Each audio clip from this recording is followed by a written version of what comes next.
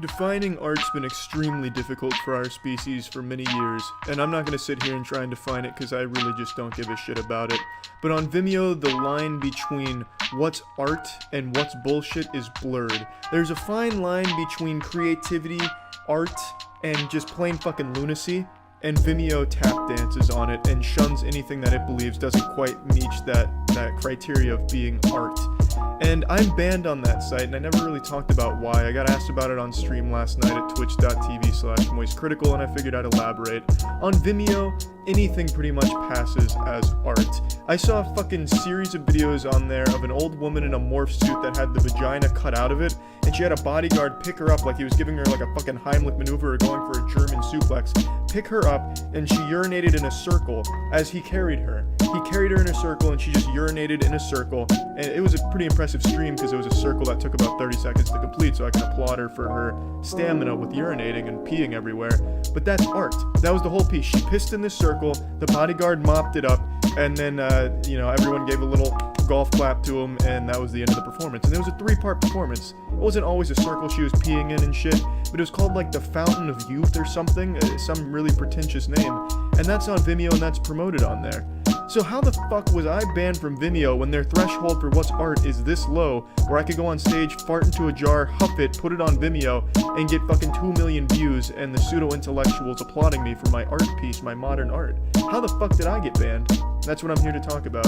In 2016, I made what I still believe is a very fine piece of art that I called Turbo Hotness. It's a modern take on the human figure. What it is I took a video from Twisty of a porn star fingering herself. The porn star's name was Euphrat, the actress, and she was fingering herself.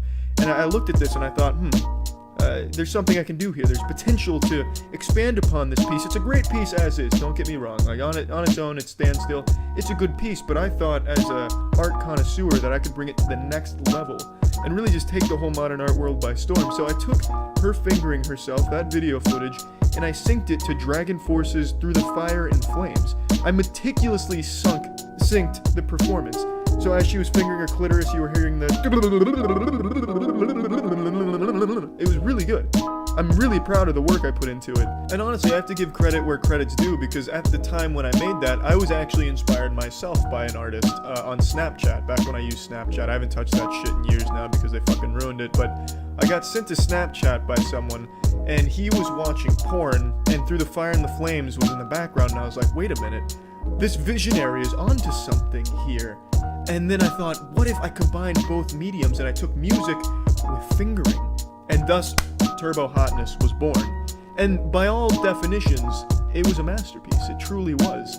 But Vimeo didn't see it that way. Perhaps Turbo Hotness was too much for Vimeo, and they got rid of it and banned me. But I honestly think it's pretty fucked up that you'll allow all these weird pseudo-art piece pretentious bullshit things where you hang like a blank canvas on a wall and call it art, but you won't allow me to sync fingering with Through the Fire and Flames. And I put a lot of work into that. I was like a skilled surgeon behind the editing program there, watching the fingering in slow motion, frame by frame, mapping it to the Through the Fire and the Flames melody.